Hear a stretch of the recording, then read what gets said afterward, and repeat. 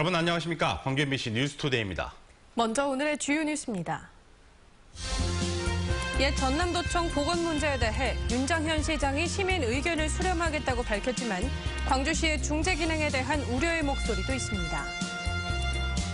노무현 전 대통령 서거 8주기였던 어제 박근혜 전 대통령이 법정에 섰습니다. 대한민국 정치의 굴곡이 드러난 어제 하루, 시민들은 문재인 대통령이 성공한 대통령으로 남아주기를 기대했습니다. 80년 5월 21일 계엄군의 집단 발포 다음 날, 백악관에서 열린 최고위급 회의에서 전두환 씨가 집중 거론된 회의록을 광주 MBC가 입수했습니다.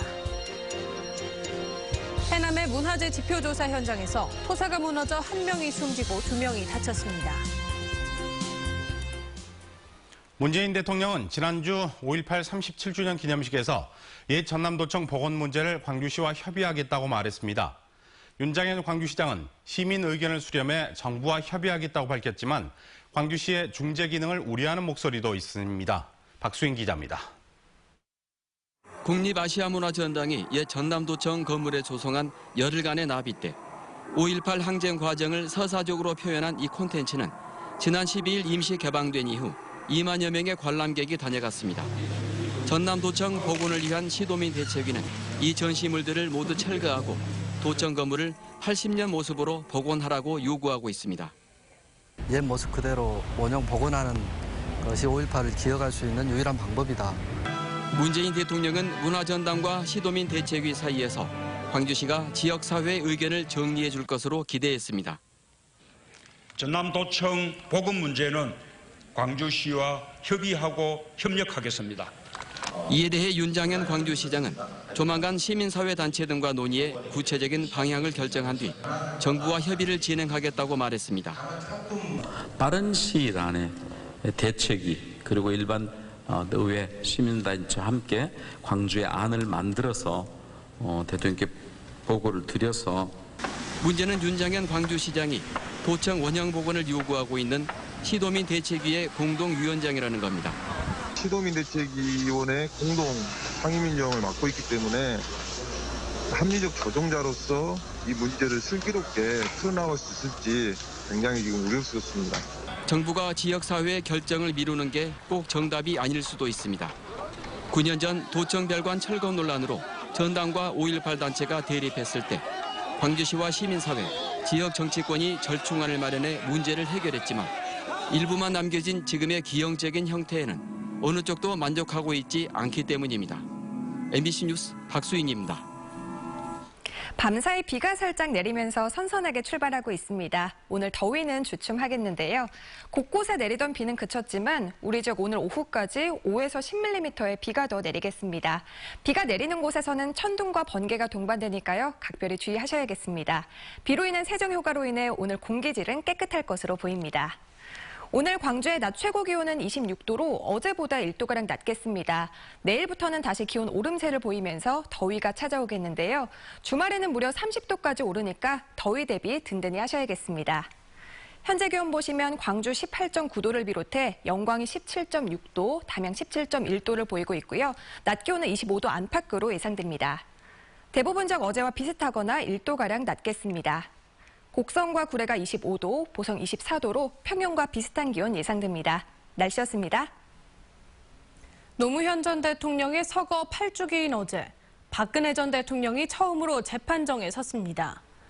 전직 대통령 서거의 기억, 그리고 피고인 신세로 전락한 전직 대통령의 모습으로 대한민국 현대사의 굴곡이 드러난 하루였습니다. 송정근 기자가 시민들의 반응을 살폈습니다. 수임번호 503, 박근혜 전 대통령이 피고인으로 재판정에 처음 모습을 드러냈습니다. 대통령직에서 파면된 데 이어 수갑을 찬 채 법원에 출두한 세 번째 대통령.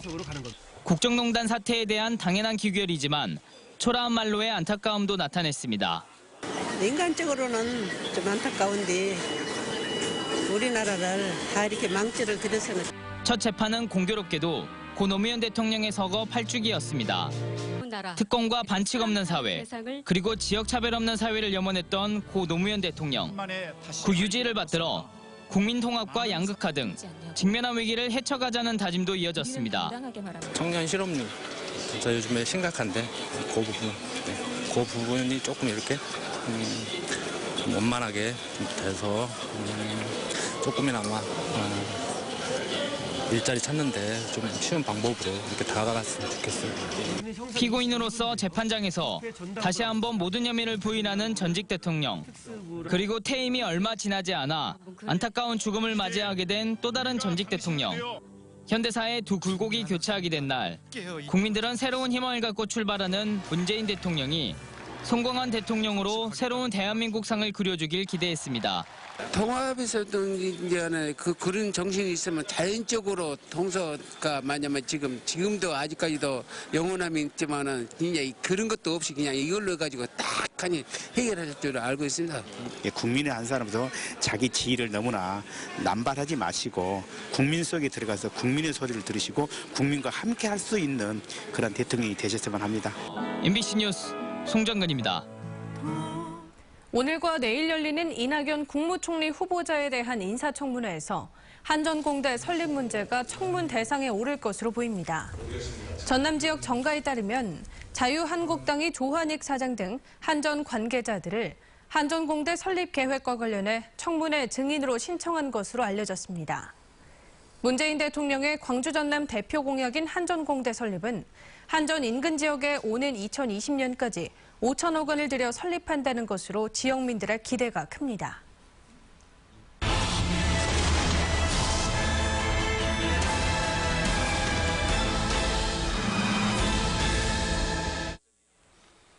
(5.18) 기획 보도. 오늘은 광주와 관련된 미국 백악관 회의의 수기 회의록을 최초로 입수해 보도합니다. 전남도청 앞에서 집단 발포 희생자가 발생한 직후 이뤄진 이 회의에서는 전두환 씨가 집중 거론됐습니다. 김인정 기자입니다.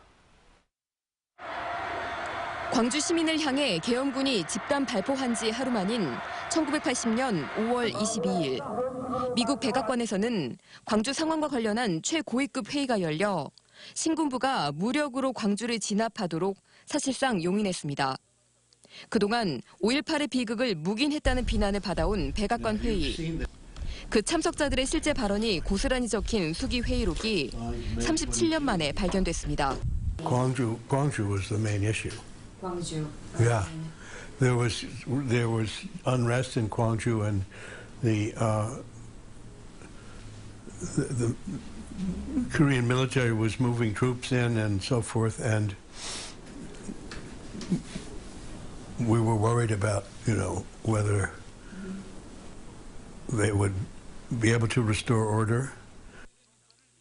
대화의 흐름에서 가장 눈에 띄는 부분은 전두환 씨가 집중 등장한다는 점입니다. 특히 CIA가 전남도청 앞 집단 발포 당시 사망자와 부상자 수를 보고한 뒤 전두환 씨의 역할이 언급되고 전두환 씨가 너무 심하게 했다고 표현하기도 합니다. People in that meeting clearly understood that Chun Doo-hwan was responsible overall for the situation. 전두환 씨에 대한 논의 끝에 해럴드 브라운 당시 미국 국방장관 등은 전두환 씨에게 반대하는 게 위험하다며 안보 논리를 민주주의에 앞세웠습니다. 이 메모에서는 한국인들은 이기는 자의 편에 설 것이라는 대화가 등장하는 등 미국이 질서 회복을 위해 광주의 상황을 묵인하기까지의 의사 결정 과정이 생생히 남아 있습니다. 그 당시에 참석했던 그 당사자가 어떤 그 수기 메모가 이 당사자들이 뭐라고 이야기했는지가 지금 어느 정도 재구성이 가능할 정도로 나왔다고 하는 것 자체도 굉장히 놀라운 메모죠. 매우 아주 외교사에서 드문 사례가 될 겁니다. 닉 플랜 메모는 총 10페이지로 팀 셔록 기자가 폭로한 체로키 파일에 이어 현대사의 비극으로 남은 5.18과 미국의 역할, 더불어 전두환 씨의 책임까지 규명하는 자료가 될 것으로 보입니다. MBC 뉴스 김인정입니다. 5.18 민주화운동 37주년을 기념하는 국제학술대회가 미국 뉴욕 유엔 본부에서 열립니다. 5.18 기념재단은 미국 현지 시각으로 26일 오전 10시에 유엔 본부 제11 컨퍼런스 룸에서 민주주의와 자유의 집단 기억이라는 주제로 세미나를 개최한다고 밝혔습니다. 주 유엔 대표부가 주최하고 5.18 재단이 주관하는 세미나에는 도널드 그레그 전 주한 미 대사와 브루스 커밍스 시카고대 석좌 교수 등이 발제자로 참여합니다. 세월호 선체 수색 과정에서 발견된 휴대전화에서 데이터 일부가 복원된 것으로 알려졌습니다. 세월호 선체조사위원회 등에 따르면 선체조사위원회가 전문업체에 데이터 복원을 의뢰한 휴대전화 15대 가운데 서너 대에서 데이터 일부가 되살아났고 오는 26일 열리는 선체조사위원회 소위원회에서 공개될 예정입니다. 세월호에서 발견된 휴대전화는 사진, 영상 등 기록된 데이터가 진상규명 증거가 될 수 있어 다른 유류품과 달리 선체조사위원회로 인계되고 있습니다. 문재인 대통령이 4대강 사업에 대한 정책 감사를 지시하면서 영산강 살리기 사업도 새로운 국면을 맞고 있습니다. 정부 조치를 기다리지 말고 영산강 살리기에 선제적으로 대응해야 한다는 목소리가 큰데요. 김윤 기자입니다. 영산강의 녹조는 해마다 발생 기간이 길어지고 있습니다. 지난 2014년 19일 동안 이어졌지만 1년 뒤 50일을 넘어섰고 지난해에는 100일에 육박했습니다. 특히 이명박 정부의 4대강 사업을 통해 물길을 막은 죽산보와 승천보는 고농도 녹조가 심각합니다. 문재인 대통령은 우선적으로 4대강 사업 정책 감사와 죽산보 등의 상시 개방을 지시했고 후속 대책이 예고돼 있습니다. 우리의 의견들이 적극적으로 중앙 정부의 대책에 반영이 될 수 있도록 더 노력을 하겠습니다. 영산강 유역에 농업용수를 공급하기 위한 영산강 사업은 현재 진도가 느리고 하구의 수질 악화와 생태계 파괴 문제는 끊이지 않고 있습니다. 해수 유통과 생태계 환경 조사가 내후년까지 진행될 예정이지만 별도의 대응이 시급하다는 지적입니다. 영산강 유역 시군 광역 행정협의회 등을 적극 활용해 영산강 실태 파악을 함께하는 방안도 제시되고 있습니다. 민선 6기 광주 전남의 상생 과제였던 영산강 재자연화 사업이 성과를 내지 못한 것도 조바심을 키우고 있습니다. 정부한테만 맡기거나 관련 부서에게 맡기면 정말로 우리 입장에서 맞는, 우리 필요에 맞는 또 우리가 원하는 영산강의 모습대로 완벽하게 될지. 1998년부터 영산강의 수질 개선에 쓴 돈만 지난해까지 1조 8천억 원에 이르고 올해도 1,500억 원 넘게 투입됩니다. MBC 뉴스 김윤입니다.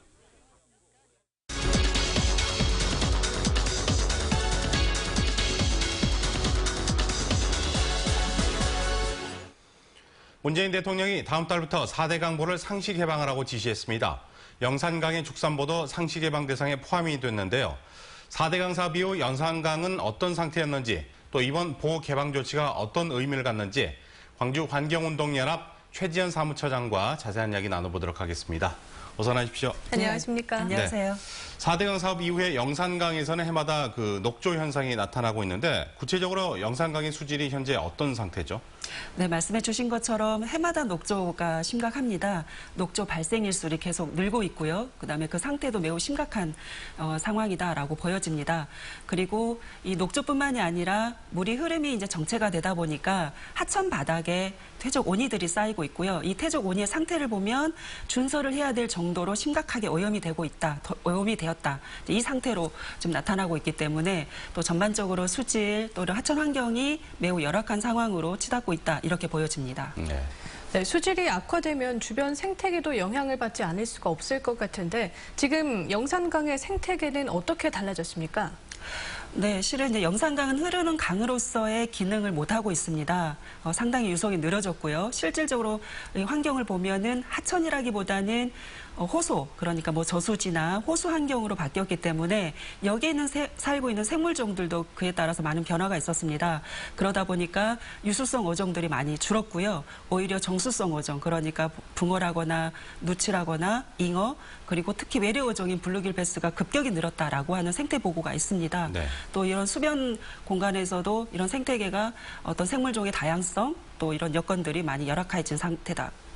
한마디로 말씀드리면 어떤 생태적 건강성이 나빠졌다 이렇게 볼 수가 있겠습니다. 그렇군요. 이번 4대강보의 상시 개방 조치가 어떤 의미를 갖는다고 보십니까? 네, 앞서 말씀드렸던 것처럼 해마다 녹조가 굉장히 심각하고 또 그 발생 일수도 늘고 있습니다. 그런데 지난 정부에서 이 문제를 해결해 줄 거다라고 기대를 했지만 그렇지 못했고요. 그래서 이 녹조 문제, 또 수질 문제, 그리고 이 4대강 사업에 대한 타당성 검증과 후속 조치를 이번 정부에선 제대로 해보겠다라고 하는 그런 입장 표명으로 읽혀져서 저희는 매우 반기고 있고요. 그런 의지가 제대로 좀 시행되기를 기대를 하고 있습니다. 네, 상시 개방 대상에서 영산강 승천보는 제외됐는데요. 이 부분에 대해서는 어떻게 생각하십니까? 네, 안타깝게도 승천보 구간이 빠졌습니다. 승천보가 녹조가 없다거나 아니면은 수질 상태가 양호해서가 아니고요. 네. 아마도 승천보에 있는 오도, 그러니까 수위가 낮아졌을 때 오도가 기능을 못한다거나 또 치수에 문제가 있어서 농업용수로 쓰는 치수에 문제가 있어서 상시 개방 대상에는 빠진 것 같습니다. 그래서 여전히 올 여름에도 녹조는 지속될 거다라고 보여지고 있고요. 아마도 이제 이런 녹조 보의 상시 개방 내지는 수시 개방만으로는 해결하기가 어렵습니다. 네. 궁극적으로는 보의 기능이 이런 문제만 유발하고 있기 때문에 보를 해체를 하고 영산강을 흐르는 강으로서 건강한 하천으로서 복원하는 방향으로 가야 될 거다라고 보고 있습니다. 네. 그렇다면 앞으로 4대강 생태 환경 복원을 위해서 정부가 어떤 노력을 해야 될까요? 예, 지난 정부가 4대강 사업을 밀어붙이기 식으로 강행을 했고요. 네. 여러 타당성 논란이 있음에도 불구하고 제대로 해결되지 못했습니다. 그래서 이번 정부에서는 이 4대강 문제를 바로잡고요. 영산강의 생태계를 복원하는 또 회복하는 그런 의지 또 그런 실행들을 단계적으로 잘 보여주기를 바라고 있습니다. 네, 장기적으로도 복원에 대한 플랜이 필요할 것 같습니다. 예, 그렇습니다. 네, 오늘 말씀 잘 들었습니다. 나와주셔서 고맙습니다. 네, 감사합니다. 이른바 먹튀 논란을 일으키는 시군의 출산 장려금 지급 실태가 파악됐습니다. 지원금이 많은 곳에서 아이를 낳고 몇 달 뒤 거주지를 옮기는 건데 출산에 맞춰진 정책 방향을 전환해야 할 것으로 보입니다. 문현철 기자입니다. 적게는 둘째 아이까지 20만 원, 많게는 7째 자녀에 2,200만 원. 시군마다 앞다퉈 출산 장려금을 지급하고 있습니다. 최근 5년간 전남 22개 시군이 14만여 명에게 지원한 출산 장려금만 737억 원, 해남군이 100억 원을 지원했고 나주 87억 원, 완도 60억 원 등 저출산 극복과 인구 늘리기에 안간힘을 쓰고 있습니다. 시군의 노력이 무색하게 출산 장려금 지원 중단 사례는 그러나 해마다 늘고 있습니다. 대부분 출산 지원금만 받은 뒤 다른 지역으로 주소를 옮겼기 때문인데 60%가 전남의 다른 시군이나 광주시로 이사한 것으로 나타났습니다. 한 달에 출산 장려금 지원이 중단된 경우가 14%, 석 달 안에는 40% 선에 육박해 출산 장려금을 받기 위해 출산에 임박해 전입한 사례도 적지 않은 것으로 분석됐습니다. 특히 출생만 하면 지원하는 곳은 장기간 거주를 기준 삼는 곳보다 지원 중단이 잦았습니다. 출산 직후에 이렇게 1, 2, 3개월 사이에 이사를 많이 갔다라는 것은 그동안 주위에서 좀 우려했던 출산 장려금을 받기 위해서 장려금을 많이 준 쪽으로 좀 이사 가지 않느냐. 현재 방식이라면 시군별 인구 수만 달라질 뿐 전남 전체 인구 증가에는 도움이 되지 않는 상황. 신생아 숫자에 따라 지원하는 방식을 육아와 교육 등 성장 과정에 맞춰야 실제 거주 인구 늘리기에 도움이 될 것이란 지적입니다. MBC 뉴스 문현철입니다. 심각한 사회 문제가 되고 있는 가정폭력이 좀처럼 줄어들지 않고 있어 대책 마련이 요구되고 있습니다. 경찰청 자료에 따르면 최근 5년 동안 전국적으로 가정폭력 검거 건수가 12만 건을 넘어섰으며 전남 지역 가정폭력 신고 건수도 올 들어 현재까지 3,200건을 넘어 지난해 절반에 이르고 있습니다. 특히 피해자 가운데 아내 등 여성이 75% 이상을 차지해 남편 폭력이 가정폭력의 주된 원인이었습니다. 어제 오후 1시 40분쯤 해남군 계곡면의 문화재 지표조사 현장에서 토사가 무너져 작업자 3명이 매몰됐습니다. 이 사고로 76살 박모 씨가 숨졌고 74살 안모 씨 등 2명이 중경상을 입어 치료를 받고 있습니다. 경찰은 2m 깊이로 굴착하던 중 쌓아둔 토사가 무너지며 사고가 난 것으로 보고 경위를 조사하고 있습니다.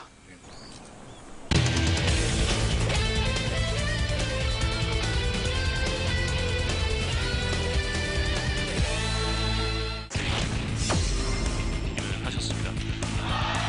나지완이 오른쪽으로 멀리 밀어냈습니다. 우익수 뒤로 당장 바로 앞서 잡아냈습니다. 3루에 있던 버나디나가 한 베이스를 더 날립니다. 잘 맞아 나타하고 김병수 앞에 안타. 최영으로 2타수 2안타, 지난 3연전에 부진을 떨쳐버립니다. 3루자 허민, 스코어는 3대0. 서는 9번 타자 김선민. 오늘 바운드볼 뒤로 빠졌어요. 서동욱이 홈으로 들어오면서 추가 득점 기아 타이거스. 잡아당기면서 왼쪽 적시타. 점수 5대0 당겼습니다. 빠른 타구, 마운드 받고 살짝 튀어오르면서 중견수 앞까지 향했습니다. 버나디나까지 홈으로 달려듭니다. 2점 더 추가. 이명기의 적시타. 받아칩니다. 좌중간 떨어뜨립니다. 3루자 허민, 그리고 2루자까지 홈으로, 그리고 1루자까지 3루를 돌았습니다. 이범호가 주자들을 모두 불러들였습니다.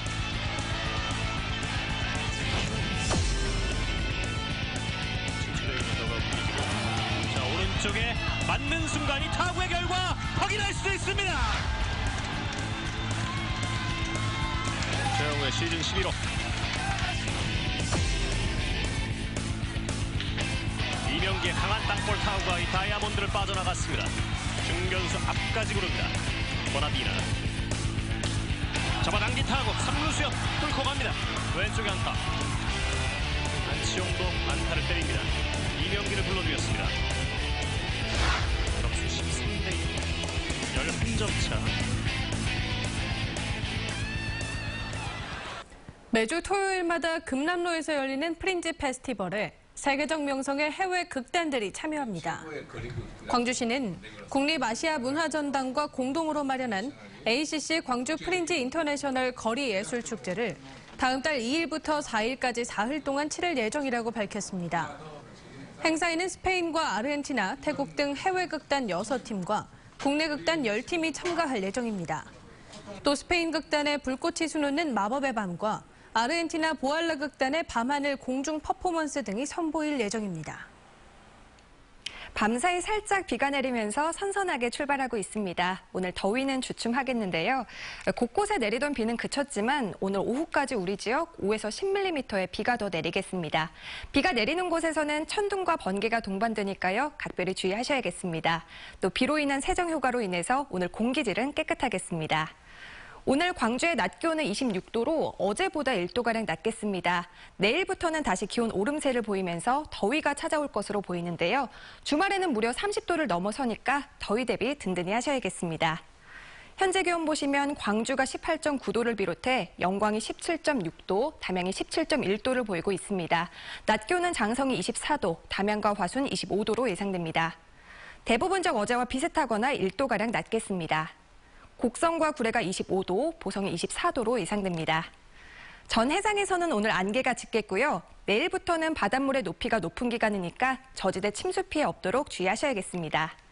내일부터는 한동안 맑은 날씨가 이어지겠습니다. 금요일에는 찬바람이 불면서 일시적으로 기온이 떨어지겠지만 대체로 기온 오름세를 보이겠습니다. 날씨였습니다.